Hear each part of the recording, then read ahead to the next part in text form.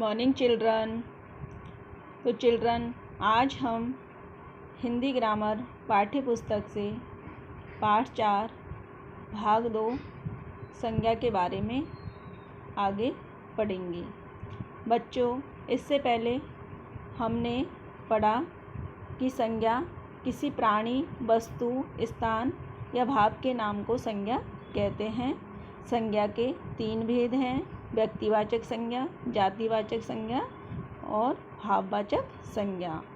व्यक्तिवाचक संज्ञा जिन शब्दों से किसी विशेष व्यक्ति, प्राणी, स्थान अथवा वस्तु का पता चले उन्हें व्यक्तिवाचक संज्ञा कहते हैं। जातिवाचक संज्ञा जिन शब्दों से किसी जाति, समूह, वर्ग या श्रेणी के बारे में पता चले उन्हें जातिवाचक संज्ञा कहते हैं।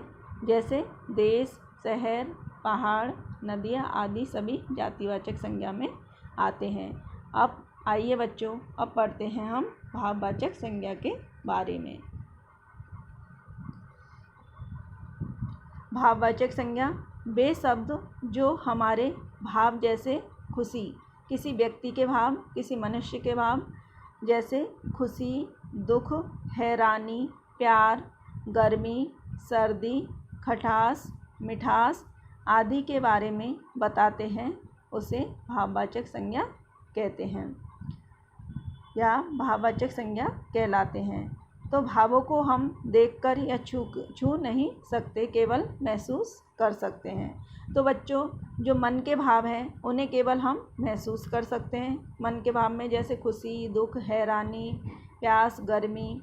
स्वाद में हम केवल स्वाद को भी हम महसूस कर सकते हैं, किसी भी चीज़ का स्वाद, जैसे खटास, मिठास। तो बच्चों, इन मन के भावों को हम देख नहीं सकते, छू नहीं सकते और केवल महसूस कर सकते हैं। तो भाववाचक संज्ञा के कुछ उदाहरण हैं: सच्चाई, सफलता, दुर्बलता, प्यास, भूख, गुस्सा, ममता, प्रेम, बचपन, पढ़ाई, खेल, बुढ़ापा आदि। तो बच्चों, ये हैं भाववाचक संज्ञा के उदाहरण। भाव में आते हैं किसी व्यक्ति, मनुष्य के भाव। तो इस तरह से भाववाचक संज्ञा में व्यक्ति के मन के भाव आते हैं। यह भी जानो। तो बच्चों, हमें यह भी जानना चाहिए। जातिवाचक संज्ञाओं से हम भाववाचक संज्ञाएं भी बना सकते हैं। जैसे जातिवाचक संज्ञा है बच्चा, तो बच्चा से हम भाववाचक संज्ञा बनाएंगे बचपन। मित्र से मित्रता, माँ से ममता, बूढ़ा से बुढ़ापा। हमने क्या जाना। तो आइए बच्चों, हमने अभी तक क्या पढ़ा कि हमने क्या जाना। तो प्राणी, वस्तु, स्थान और भाव के नाम को संज्ञा कहते हैं। संज्ञा के 3 भेद हैं: व्यक्तिवाचक संज्ञा, जातिवाचक संज्ञा और भाववाचक संज्ञा। संज्ञा से सब पहचाने और जाने जाते हैं। संज्ञा मतलब कि नाम से ही सभी चीज़ों को हम पहचानते हैं और जानते हैं। आइए बच्चों, अब पाठ से संबंधित अभ्यास देखते हैं। देखें क्या समझा। फर्स्ट है, सही शब्द लिखकर वाक्य पूरे करो। तो पहचान कराने वाले नामों को हम कहते हैं संज्ञा।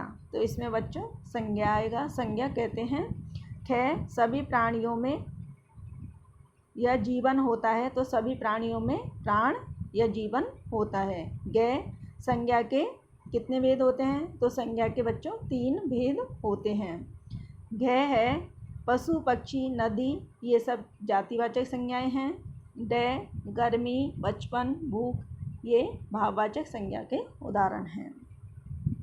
सेकंड नंबर का क्वेश्चन है, नीचे दिए गए वाक्यों में संज्ञा शब्दों को रेखांकित करो। तो बच्चों, हमें नीचे दिए गए जो वाक्य हैं उनमें संज्ञा शब्दों पर अंडरलाइन करना है।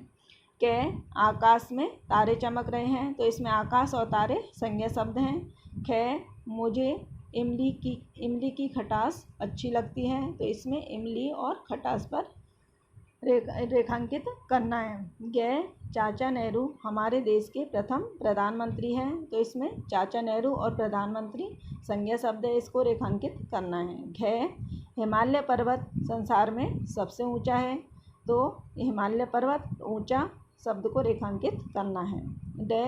मेरे बस्ते में 10 किताबें हैं, तो इसमें बस्ते और किताबें इसमें इनको रेखांकित करना है। थर्ड क्वेश्चन है 3-3 उदाहरण लिखो।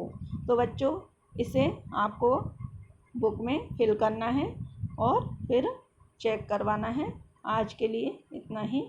धन्यवाद।